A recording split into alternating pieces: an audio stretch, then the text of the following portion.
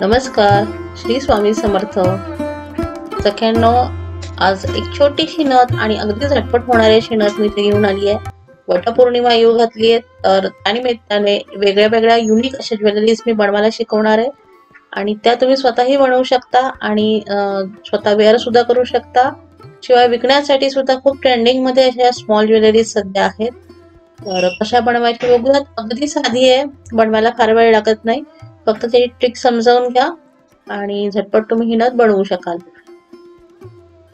तर यासाठी काय मटेरियल लागतं ते बघूयात. 20 गेजची इथे मी वायर घेतली आहे. चंद्राच्या आकाराचा कुंदन घेतलाय. यामध्ये खूप व्हरायटी आहे. जो प्लेन गोल्डन असतो, अगदी छोटीशी त्यावर नक्षी आहे, तसा कुंदन मी घेतलाय. आणि 3 mm चे मोती घेतले, जे स्क्रीन मध्ये दिसत नाहीयेत व्हाईटमुळे. त्याच्यानंतर बॉल पिन्स आणि 3 प्रकारचे आपल्या पकड. एवढं सामान ह्याला लागतं, फारसं काही लागत नाही. फक्त ती कशी आपण रॅप करायची ते बघूयात. आणि रॅपिंग वायर अर्थातच 0.3 नंबरची. तर पट्टीने मोजून मी 3 इंचाची वायर कापून घेतली आहे. याला वायर फार लागत नाही, कारण छोटीशी नथ आहे ही. जेवढा चंद्राचा तो आकार आहे त्यापेक्षा थोडीशी जास्त 2 लूप करण्यासाठी आणि त्यामधनं घालण्यासाठी एवढीच आपल्याला वायर लागते इथे. इथे डिपेंड्स ऑन, तुम्ही 20 गेजच्या ऐवजी 22 गेज सुद्धा घेऊ शकता, 18 गेज सुद्धा घेऊ शकता. मी मोल्ड करायला सोपी जाते म्हणून मी 20 गेजच वापरते.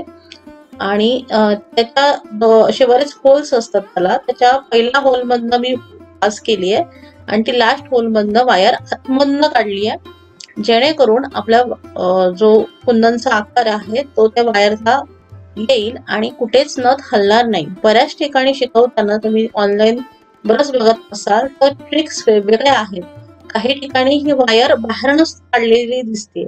बाहेरनं काढतो ना आपण, त्यावेळेस ती नथ हलण्याची शक्यता असते. जेव्हा जास्त आपण वापर करतो त्या नथीचा, तेव्हा ती नथ तारेवरनं हलू शकते.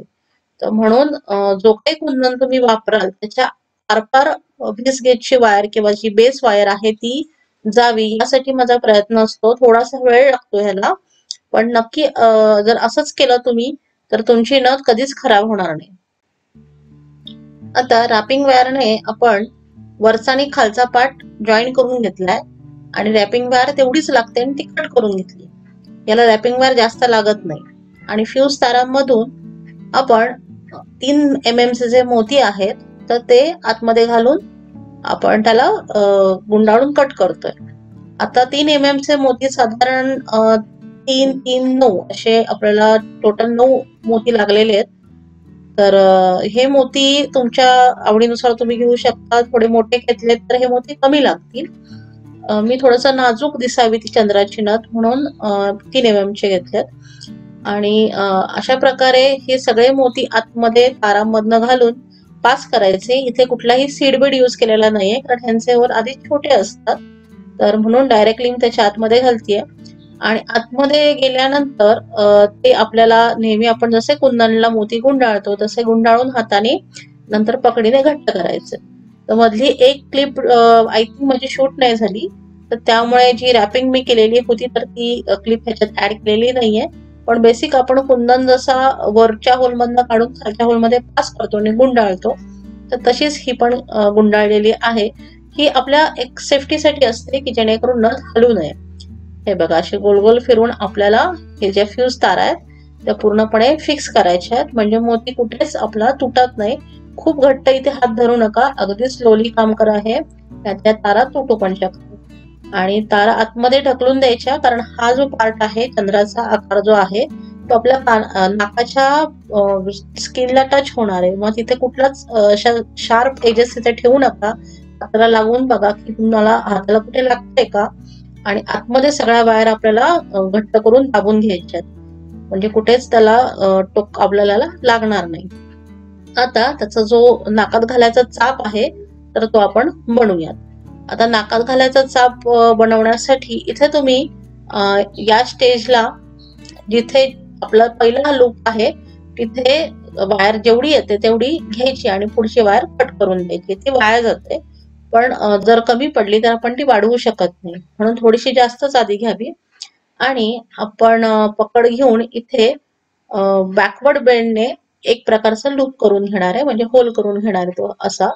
आणि थोडासा तो पुढे वळवायचा आणि मग तो मागे घ्यायचा, म्हणजे त्याला एक स्प्रिंगचा हे येतं आणि म्हणजे ती आपली जी नथ नाकामध्ये हलते किंवा खाली पडते तसं होत नाही आणि आतमध्ये नाकाच्या पाळीच्या आत व्यवस्थित ती बसली जाते.